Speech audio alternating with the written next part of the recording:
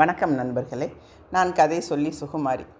ஒரு பக்தன் காட்டில் ரொம்பவும் கடுமையாக தவம் பண்ணிகிட்டு இருந்தான். கடவுள் உடனே அவனுக்கு முன்னாடி வந்து காட்சி கொடுத்தார்.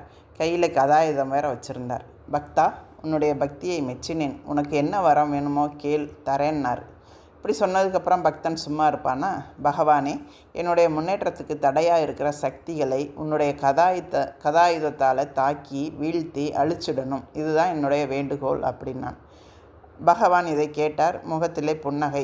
அதுக்கென்ன, அப்படியே செஞ்சிடுறேன் அப்படின்னு சொல்லிட்டு மறைஞ்சிட்டார். கொஞ்ச நேரம் ஆச்சு.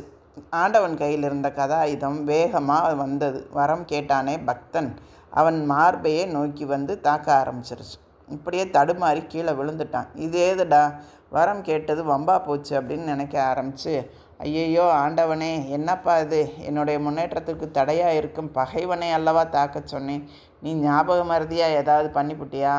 உன்னுடைய கதாயுதம் என்னையே வந்து தாக்குதே, குறி தவறி போச்சா அப்படின்னு கத்த ஆரம்பிச்சிட்டான் பக்தன்.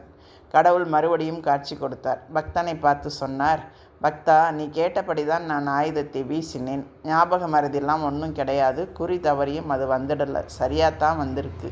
மற்றவங்களை தாக்கணும், வீழ்த்தணும், அழிக்கணும் நினைக்கிற உன் மனம்தான் உனக்கு பகைவன், எதிரி எல்லாம். உன் முன்னேற்றத்திற்கு தடையாக இருக்கிறது நீயே தான். அதனால தான் அது உன்னையே வந்து தாக்கியிருக்கு அப்படின்னு கடவுள் சொன்னாராம். இதிலிருந்து நமக்கு எதிரி யார் அப்படிங்கிறத நம்ம நல்லா புரிஞ்சுக்கிட்டோம் இல்லையா? அப்போ நமக்கு நண்பர்கள் யார்? நமக்கு கிடைக்கிற நண்பர்களை 3 வகையாக பிரிக்கலாம். பனை மரம், தென்னை மரம், பாக்கு மரம். இப்படி பனை மரம் இருக்கே, அது தானாக முளைக்கும், தானாகவே தண்ணி குடிக்கும், தானாகவே வளரும், நமக்கு பலன் கொடுக்கும். நமக்கு வழியை வந்து உதவி செய்கிற நண்பர்கள் இந்த ரகம்.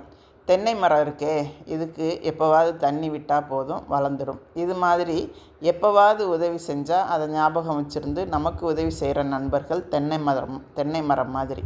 பாக்கு மரம் இருக்கே, இதுக்கு தினமும் தண்ணி விட்டால் தான் வளரும், பலன் கொடுக்கும். இந்த மாதிரி தினமும் உதவி செஞ்சால் தான் நம்ம கவனிக்கிற நண்பர்களும் உண்டு. இவர்கள்லாம் பாக்கு மரம் மாதிரி. ஆக நண்பர்களை இந்த வகையில் அடையாளம் கண்டுக்கிட்டு அதுக்கு தகுந்த மாதிரி நம்ம நடந்துக்கணும். ஆனால் இந்த காலத்தோட கோலம் எப்படின்னா, நாம் நல்லது நினச்சி இன்னொருத்தருக்கு உதவி செஞ்சால் கூட உபத்திரவத்தில் தான் மாட்டிக்கிறாப்புல ஆயிடுது. ஒருத்தர் வந்தார். சார், ஆற்று வெள்ளத்தில் நான் தத்தளிச்சுக்கிட்டு இருந்தப்போ என்னை காப்பாற்றினது நீங்கள் தானா சார் அப்படின்னு கேட்டார். அதுக்கு இவர் சொன்னார், ஆமாம், அதனால் என்னப்பா, அது என் கடமை, அதுக்கு போய் நன்றியெல்லாம் சொல்ல வேண்டிய அவசியம் இல்லைன்னார். அதுக்கு அந்த ஆள், அதுக்கு இல்லை சார், சட்டப்பையில் ஒரு 25 ரூபா வச்சுருந்தேன், அதை காணோம், அதுக்காகத்தான் கேட்டேன்னாரான். இது எப்படி இருக்குன்னு பாருங்கள்.